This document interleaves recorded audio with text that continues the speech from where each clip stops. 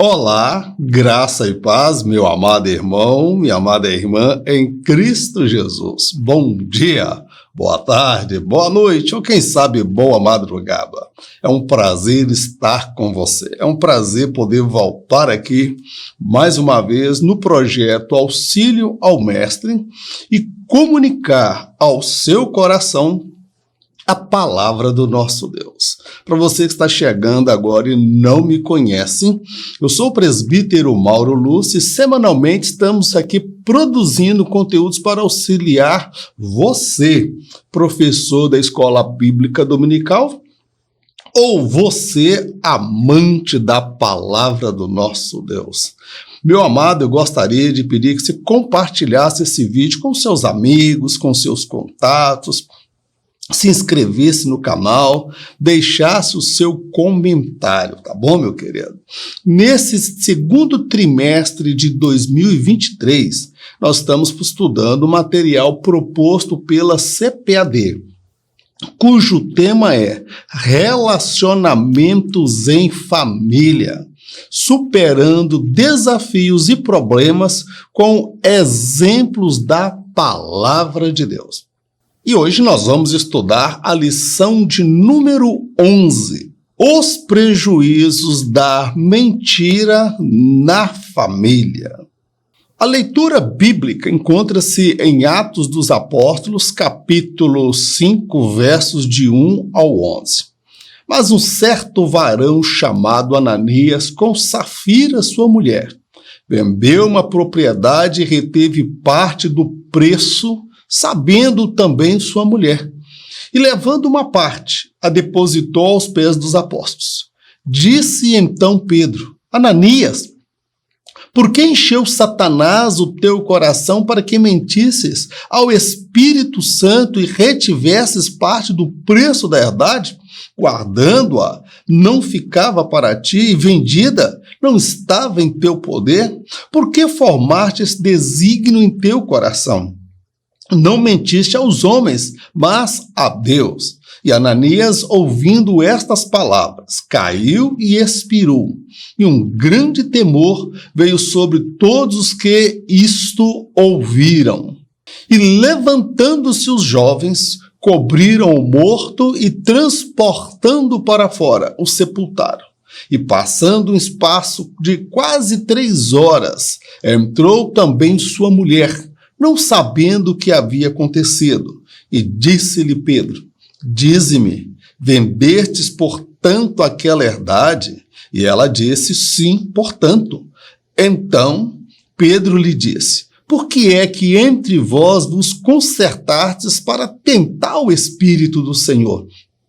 Eis aí à porta os pés dos que sepultaram teu marido e também te levarão a ti. E logo caiu aos seus pés e expirou. E entrando os jovens, acharam-na morta e a sepultaram junto de seu marido. E houve grande temor em toda a igreja e em todos os que ouviram estas coisas. A lição de hoje, amados, vai trazer um assunto muito sério que diz respeito à questão da mentira.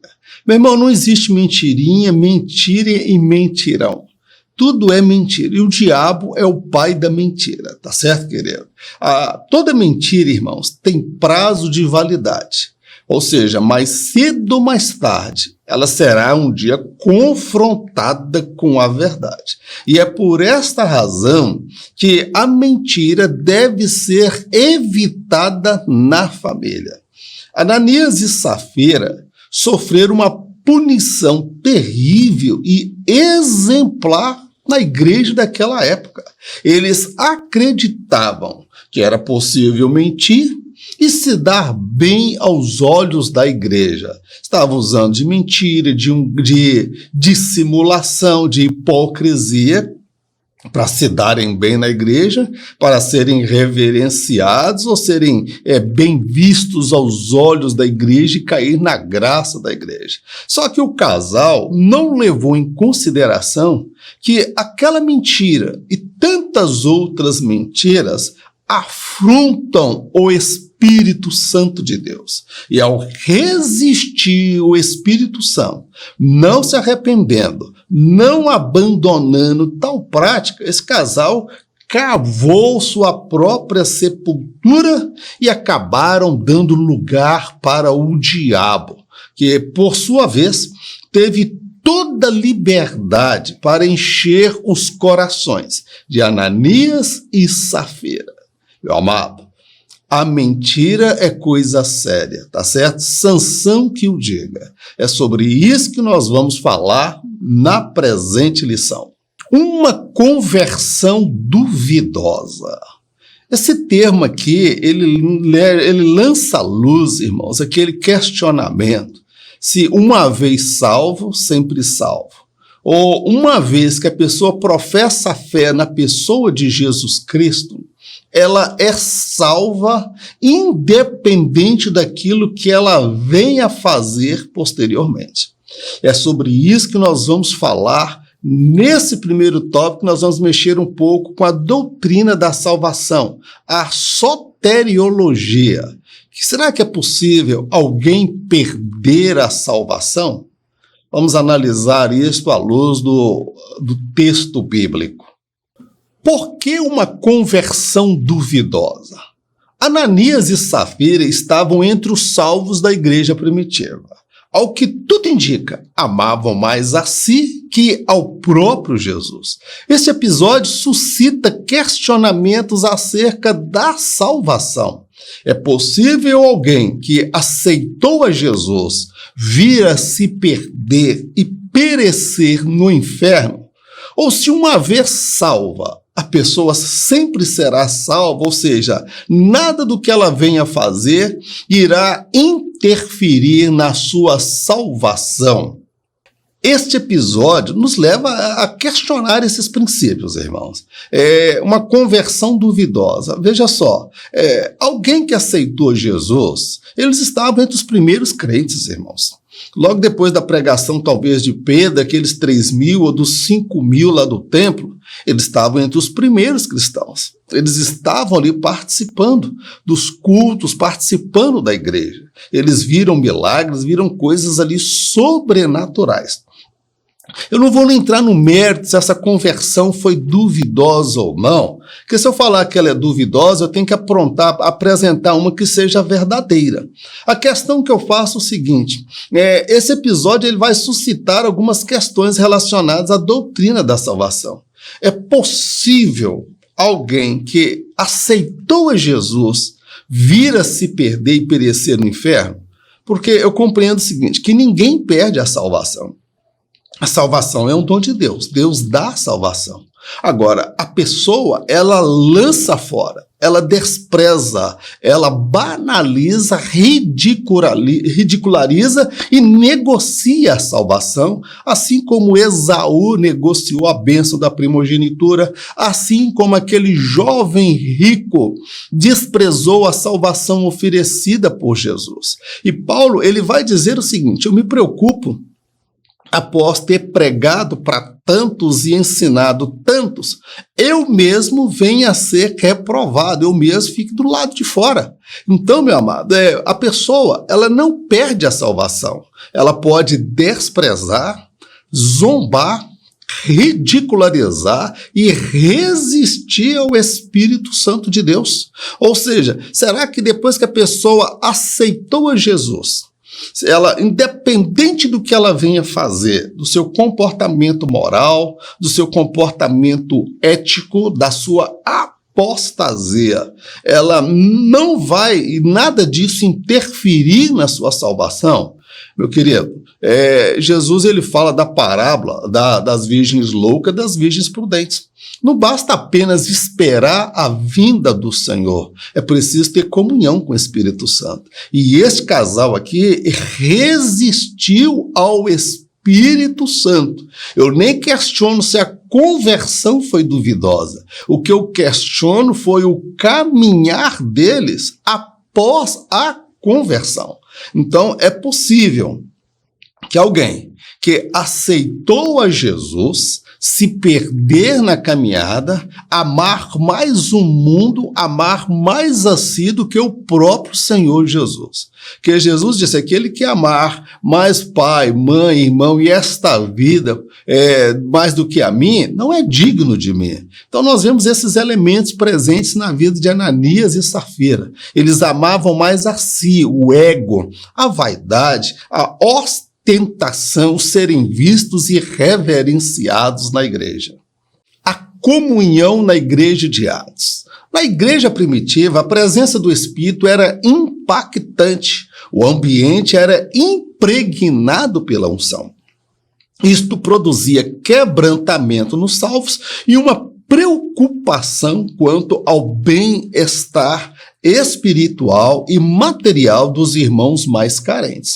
Era comum alguém que possuía mais recursos vender seus bens ou partes destes e entregar todo o dinheiro aos apóstolos, os quais desfrutavam da credibilidade de todos.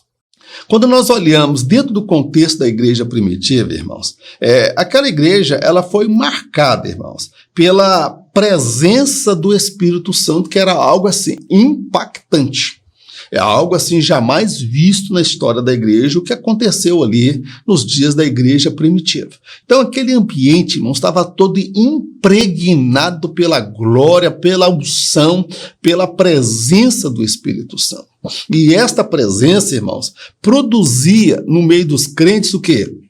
É aquilo que nós chamamos de filantropia, ou seja, filantro é amor, né?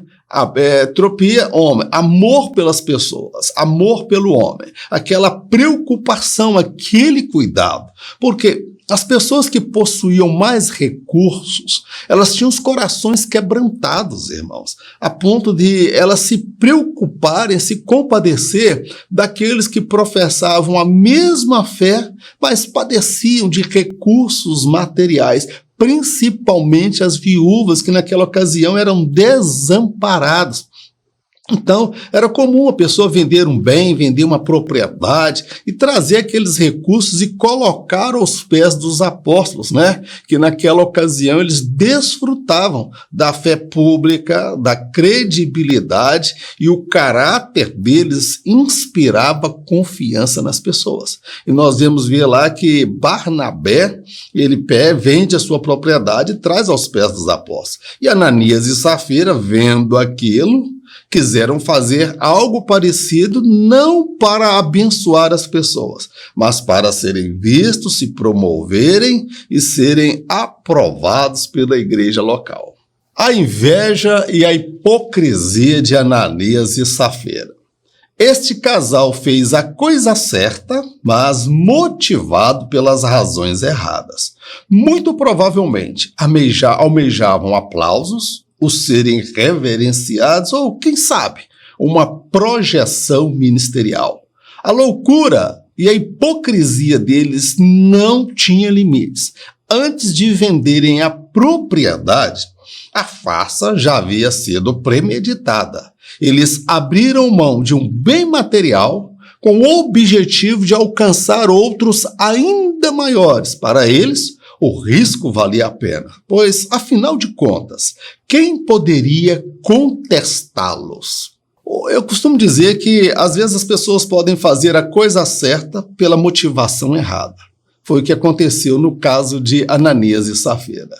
O vender a propriedade e dar aos pobres era o quê? Uma coisa certa. Que vários na igreja já estavam fazendo aquilo. Eles não foram os primeiros, tá certo? Outros já fizeram isso antes. Só que eles fizeram a coisa certa pela motivação errada. E o que leva as pessoas a fazerem isso, irmãos? Talvez ser reverenciados, talvez eles almejavam ser aplaudidos, cair na graça da igreja, ou quem sabe, esse casal tinha uma ambição ministerial. Uma vez que esse Barnabé, ele teve uma projeção ministerial muito grande, tá certo? Ele foi enviado até a igreja de Antioquia, Barnabé depois foi à procura de Paulo. Então, esse casal possivelmente ao ver Barnabé crescendo no ministério e tendo aquela projeção, eles deduziram que poderiam comprar. Parecia aquele também que queria comprar de Pedro o dom de impor as mãos nas pessoas. Eles achavam que podiam comprar, dissimular, vender uma propriedade, mas eles falaram, nós vamos vender um bem, nós vamos vender um imóvel, mas nós vamos trazer uma parte do lucro, ou seja, antes mesmo de vender o imóvel, eles já haviam arquitetado como cair na graça da igreja, serem reverenciados, aplaudidos e até crescer no ministério. Eles na verdade, eles não abriram mão daquele bem material com amor às almas. Na verdade, eles abriram mão de algo pequeno aqui para alcançar algo maior ali na frente. Então, nós vemos que havia uma ambição por parte desse casal, tá certo, querido? E para eles, irmãos, o risco valia a pena, porque afinal de contas, quem queria descobrir? Não tinha câmera filmando, não tinha ninguém para gravar o áudio, não tinha WhatsApp, Facebook, Instagram, não tinha nada. Eles fizeram somente um acordo entre eles. E aí, nesse episódio, irmãos, com certeza, o Espírito Santo estava chamando eles. Olha, o que vocês estão pensando? Quebrantando o coração deles, chamando-os para o arrependimento, mas eles persistiram, porque acreditavam que estavam cometendo um crime perfeito. E as coisas não saíram do jeito que eles imaginavam. Quando a mentira e o engano enchem os corações, Ananias e Safira resistiram às advertências do Espírito Santo. Por esta razão, ele teria se afastado deles. A partir de então, Satanás passou a reinar nesta família e encheu-lhes os corações. O que Satanás não faria através de Ananias e Safira, caso estivessem à frente de qualquer departamento da igreja. O Espírito confrontou os pecados do casal e, para a infelicidade deles, o tempo do perdão e do arrependimento já havia se findado para ambos. Este é o grande problema quando as pessoas usam de mentira, falsidade, engano e hipocrisia na casa de Deus, tá certo, querido? Primeira coisa que eu observo, quando eles cogitaram daquela ideia, meu irmão, eu tenho certeza que o Espírito Santo começou a falar ao coração deles, porque é o Espírito Santo que convence do pecado, da justiça e do juízo. E o Espírito Santo fazendo para eles advertência. Mas eles persistiram, eles resistiram ao Espírito Santo, irmãos. Irmão, a pior coisa que pode acontecer no crente é ele resistir ao Espírito Santo. Por quê? Se é o Espírito Santo que convence do pecado, da justiça e o juízo, e a pessoa persiste em resistir àquele que convence, meu amado, não vai sobrar esperança por esta pessoa. Então, o que acontece? O Espírito Santo, quando ele é resistido, quando ele fala constantemente e a pessoa persiste, o que eu entendo? Que desde o propósito até a entrega da oferta, houve um intervalo de tempo. Esse intervalo de tempo, eles estavam indo no culto, participando das reuniões, talvez participando de Santa Ceia, participando dos cultos de milagre, coisas sobrenaturais estavam acontecendo ali. E eles resistiram. E ao resistir o Espírito Santo, o que é que ele faz? O Espírito Santo se retira, irmão. O Espírito Santo ele é cavalheiro, ele não força ninguém. E a partir de então, quando o Espírito Santo sai, Satanás, irmãos, encontra a casa vazia. Jesus diz que quando o espírito maligno sai da vida da pessoa, ele vai o quê? Peregrinando pelo deserto ali por perto. E ele volta e, achando a casa vazia, ele chama outros 7 espíritos piores do que ele. E foi justamente o que aconteceu. E eles não tinham o Espírito Santo, não estavam cheios mais da unção de Deus, não estavam mais cheios da palavra, da graça de Deus, e Satanás encheu o coração deles, porque o coração deles estava vazio de Deus. Esse é o problema de crente que não ora, crente que não vai no culto, crente que não participa de escola bíblica, crente vazio de Deus, é um espaço que o diabo vai preencher, meu irmão. Por isso que Jesus fala, tu não é nem quente nem frio, tu és morno. O morno, irmãos, é aquela pessoa que não tem a presença, não tem a glória, não tem o Espírito de Deus na vida dele. Então eu fico imaginando, se Satanás encheu o coração daquele casal, imagino que Satanás não faria através de Ananias e Safira, caso eles ocupassem um cargo naquela igreja, cuidasse de um departamento. Já pensou alguém na igreja endemoniado, possesso, cheio de demônio, cheio de maldade, cheio de mentira, engana, hipocrisia, falsidade, dissimulação? Então compreendo que o rigor do juízo de Deus sobre Ananias e Safira é para pôr limites nas possíveis ações de Satanás dentro da igreja primitiva.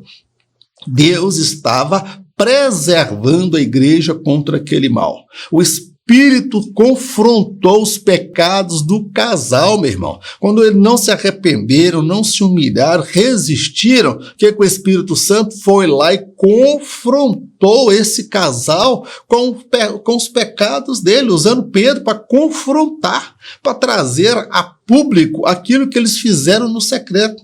E para a infelicidade desse casal, meu irmão, o tempo do perdão e o tempo do arrependimento já havia se findado para ambos. É por isso que eu sou do pensamento que o crente, ele pode jogar a salvação dele fora. Ele não perde porque Deus não toma dele a salvação, mas ele despreza, ele negocia, ele não ama, ele não valoriza, ele faz semelhante ao que fez Esaú, despreza a bênção de Deus. Então o tempo do perdão, o tempo do arrependimento se findou, tanto para Ananias como Safira. Este é o problema de crente envolver com pecado, porque ele não sabe a que horas que findou para ele o tempo do perdão e o tempo do arrependimento.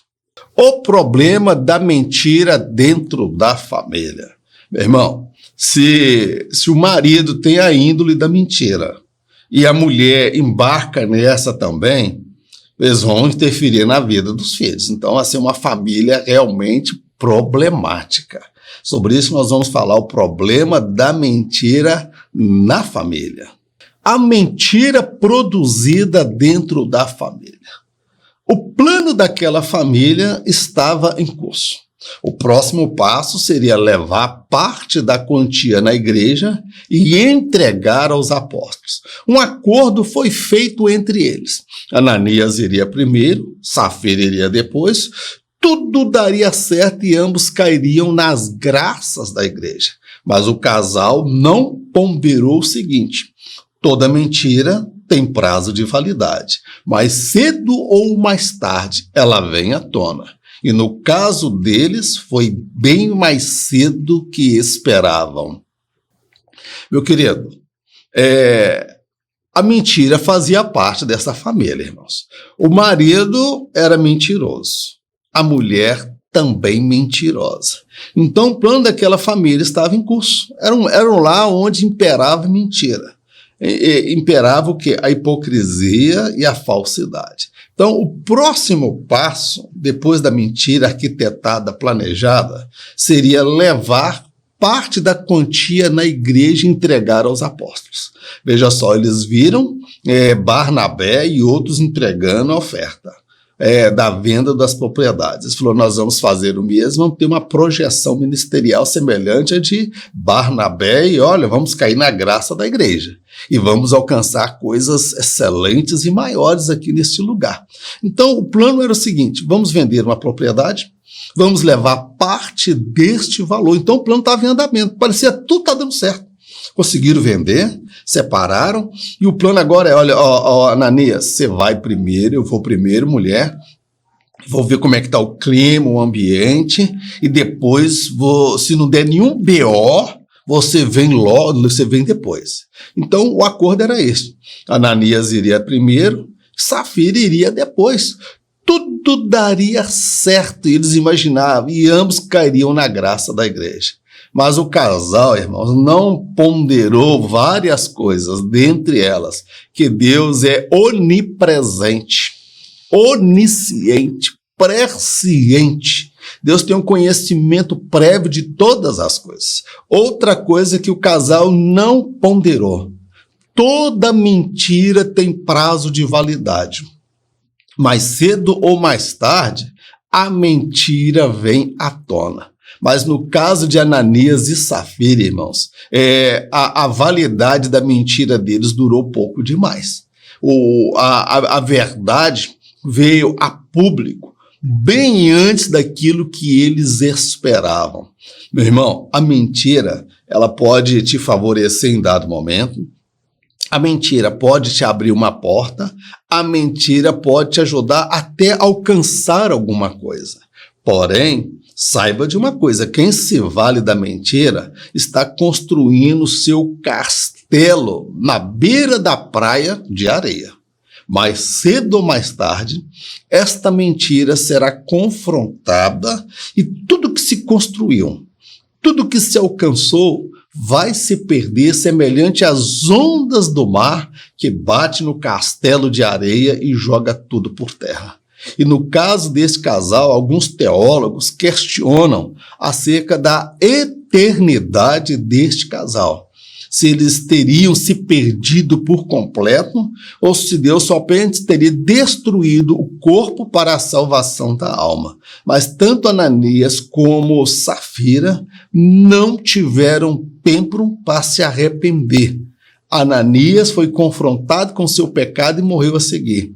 A Safira, ela teve a oportunidade de dizer: não, nós retemos parte. Nós retivemos parte da propriedade. Ela não, caiu no mesmo, ou seja, o plano que foi arquitetado deu errado e só na eternidade, meu irmão, nós vamos ter esta resposta, tá bem? Quem faz uso da mentira está dominado pelo poder da carne. O ocorrido com Ananias e Safira deveria levar os cristãos a repensarem suas vidas. A mentira pode parecer algo insignificante, mas não é. Quem se vale desta prática tem no diabo a sua fonte de inspiração. Sansão era um homem extremamente carnal. Chegou a pensar que poderia brincar com pequenas mentiras inofensivas, mas o resultado provou o contrário. Sua visão foi arrancada e ele sofreu uma morte prematura e vergonhosa. A mentira, irmãos, quem pratica a mentira, além de ser uma pessoa dominada pela carne, ele tem no diabo a sua fonte de inspiração. Se nós temos o Espírito Santo que nos inspira a pregar, cantar, ministrar a palavra, em todas as áreas da nossa vida, o Espírito Santo está nos inspirando. Quem se vale da mentira, aquela mentira bem contada, aquela mentira que convence as pessoas, aquela mentira que consegue enganar muitas pessoas, essas pessoas têm inspiração satânica. Porque Jesus diz que o diabo é o pai da mentira, tá certo, querido? Então, o que nós observamos? Que existem muitas pessoas carnais assim na casa de Deus, irmãos. Conta uma mentira aqui, uma mentira colar, uma mentira que acha que não tem problema, não tem importância. Aí eu faço uma análise aqui sobre Sansão. Sansão, ele achou que podia brincar com a mentira, mentirazinhas inofensivas. Não, se você me amarrar desta forma, minha aliança que eu tenho é essa, eu vou perder minha força. Não, se você fizer assim, não, daquela forma. Ele achou que podia brincar com a mentira, irmãos. Ele achou que podia mentir, dissimular, enganar, se divertir até. Ele achou que podia entrar e sair a hora que ele desejasse. Mas, irmãos, o resultado de Sansão provou justamente o contrário. Ele teve a visão arrancada. Crente que entra pelo caminho da mentira, ele perde o discernimento, ele perde a visão de Deus, ele perde o desejo do céu. Quando ele pensa que não, ele está dominado pelo pecado, dominado por vários outros vícios, e semelhante a Sansão, pode sofrer uma morte prematura e uma morte vergonhosa. Tá bom, meu amado? Então, quem faz uso da mentira, de fato, está dominado pelo poder da carne, está dominado por Satanás. Tá bom, meu querido? A Bíblia fala que Satanás encheu o coração de Ananias. E por que encheu o coração? Porque o coração dele estava vazio de Deus, protegendo a família da mentira e da hipocrisia. Meu irmão, dentro de casa, nós temos que ser criteriosos com o nosso lar, com a nossa família, principalmente com os filhos.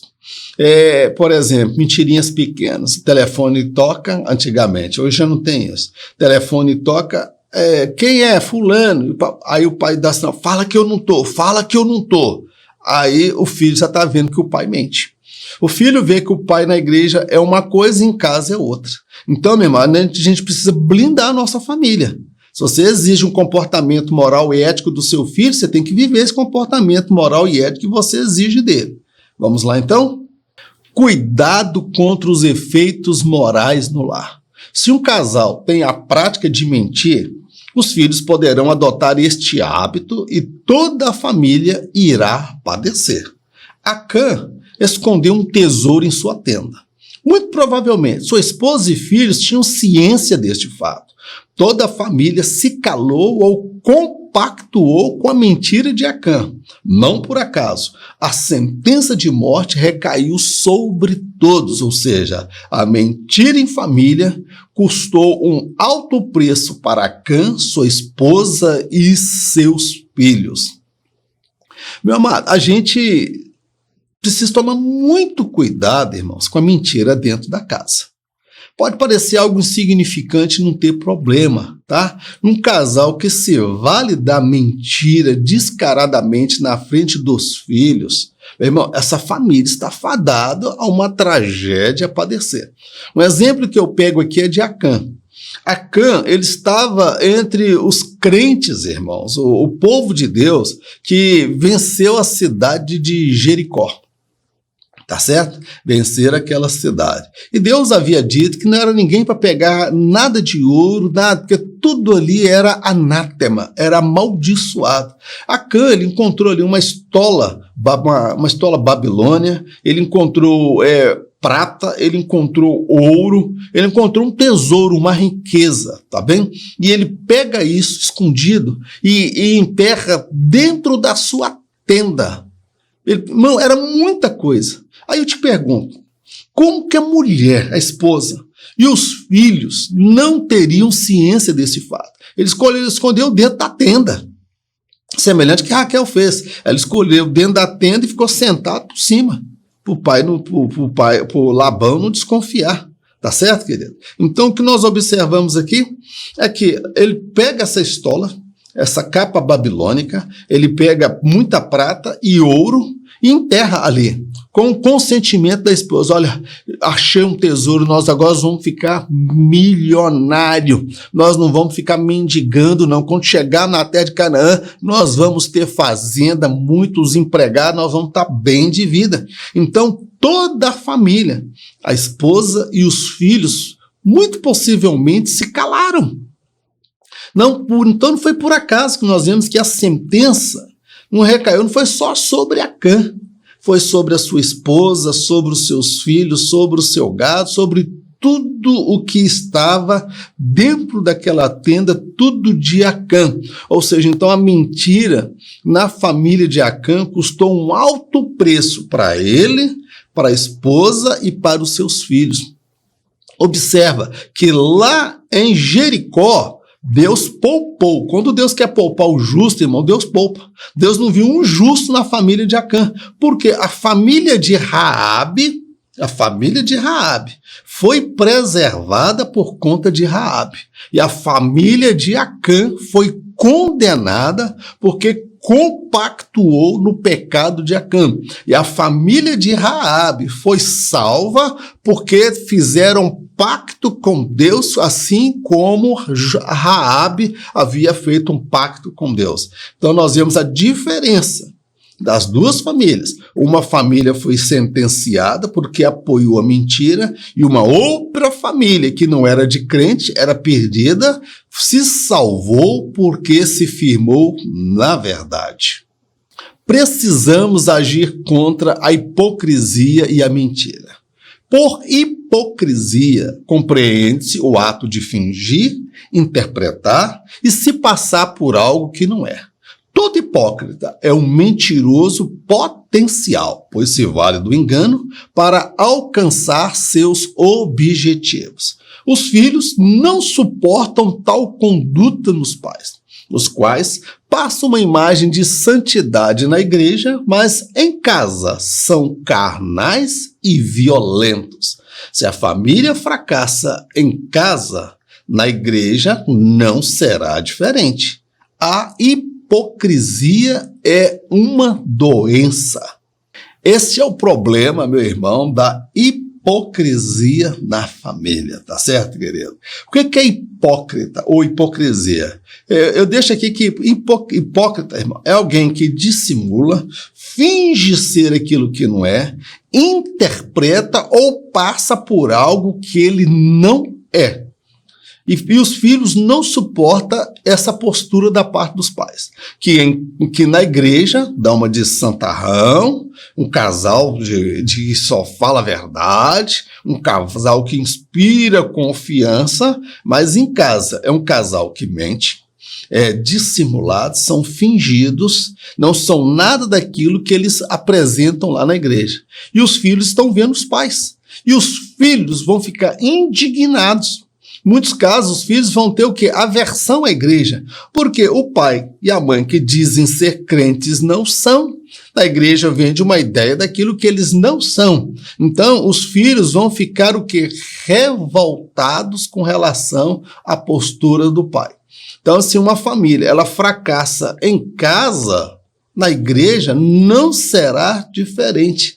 A hipocrisia, meu irmão, ela é uma doença, é um mal que precisa ser combatido por aqueles que estão à frente, pelo pai, pela mãe, para que o filho, o comportamento que ele tenha na igreja, seja condizente com o comportamento que ele tem em casa, na escola, no trabalho, na faculdade, em todas as áreas da sua vida.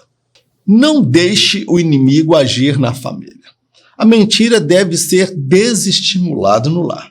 Se um de seus membros a pratica, este precisa ser confrontado e até punido. Assim os outros não se sentirão à vontade para mentir. A mentira faz com que um cônjuge perca confiança no outro e provoca os ciúmes. Em se tratando dos filhos, se eles não forem confrontados, acreditarão que vale a pena mentir, pois nunca foram punidos pelos pais e crescerão com esta prática. Meu irmão, a gente tem que lutar de todas as formas. Educar filhos, irmãos, dá trabalho, tá certo? E é uma fase na vida que a criança ela se vale de mentira. Ela pensa que mentir é algo normal. E o pai e a mãe precisam ensinar para a criança que não é aceitável, que mentir não é de Deus, que a mentira é do diabo. Então tem que ser desde pequeno, tá? Então isso aí precisa ser desestimulado. Se um filho for confrontado com a mentira, ele precisa ser disciplinado, ser tirado dele o celular, ser tirado dele a internet, a senha do Wi-Fi, ser tirado dele as coisas que ele gosta. Porque ele precisa ser confrontado, essa atitude, essas coisas precisam ser confrontadas, porque senão, meu amado, os filhos se sentirão à vontade para mentir. Então, a mentira também, ela vai gerar ciúme e desconfiança do cônjuge, porque se o marido mente, eu sou da opinião que o marido ele tem que ter acesso à internet da mulher. Minha esposa, ela sabe a senha. Meu celular, ela coloca o dedo, ela consegue acessar, eu coloco o dedo, eu consigo acessar a conta dela e as conversas a qualquer momento. Não existe segredo entre marido e mulher. Mas o marido que não deixa a mulher ver o WhatsApp, que não deixa ele ver as suas conversas e as pessoas com que ele tem contato, meu irmão, isso vai gerar desconfiança da mulher. E mesma coisa, o homem terá ciúmes da mulher e a mulher ciúmes do homem. E se tratando das crianças, que mentem e os pais não corrigem, elas vão crescer acreditando que mentir vale a pena, porque nunca foram punidos, nunca foram exortados, nunca foram confrontados, e elas vão crescer e vão reproduzir isso na sociedade, no casamento, nas relações, na vida amorosa, em todas as áreas da vida. Meu querido, é muito pouco tempo para falarmos tantas verdades. Mas vamos guardar aqui, meu irmão. É possível alguém perder a salvação? Eu acredito que não. Porque Deus não toma a salvação. A salvação é um dom de Deus. Mas é possível, sim, alguém desprezar, resistir ao Espírito Santo, negociar a sua salvação. Eu fico com a palavra do apóstolo Paulo.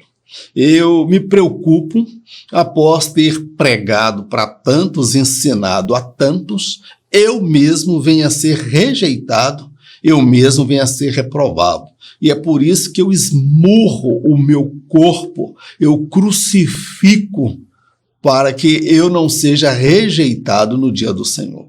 Meu irmão, não existe esse negócio, uma vez salvo, sempre salvo. Eu não vou questionar a salvação, uma conversão questionável. Eu não estou aqui para questionar a conversão de ninguém. Mas eu compreendo que não existe esse negócio de uma vez salvo, sempre salvo. Aquele que perseverar até o fim será salvo. Deus abençoe a sua vida, Deus abençoe o seu casamento, Deus te dê sabedoria para conduzir a sua família. Vamos orar? Senhor, nós queremos te agradecer por mais esta oportunidade de aprendermos juntos a tua palavra. A ti toda a honra, toda a glória, todo louvor e adoração. Ensina-nos a viver a verdade.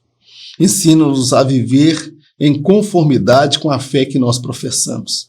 Meu Deus, nunca permita que nós venhamos nos valer da mentira para alcançar os nossos objetivos, para cair na graça da igreja, para enganar, ludibriar e tirar vantagem. Guarda os nossos filhos, guarda nossos entes queridos, nossos cônjuges, livra-nos, ó Pai, de todo mal e dá-nos a tua bênção. Pai, nós te agradecemos por tudo, no nome do Senhor Jesus. Amém.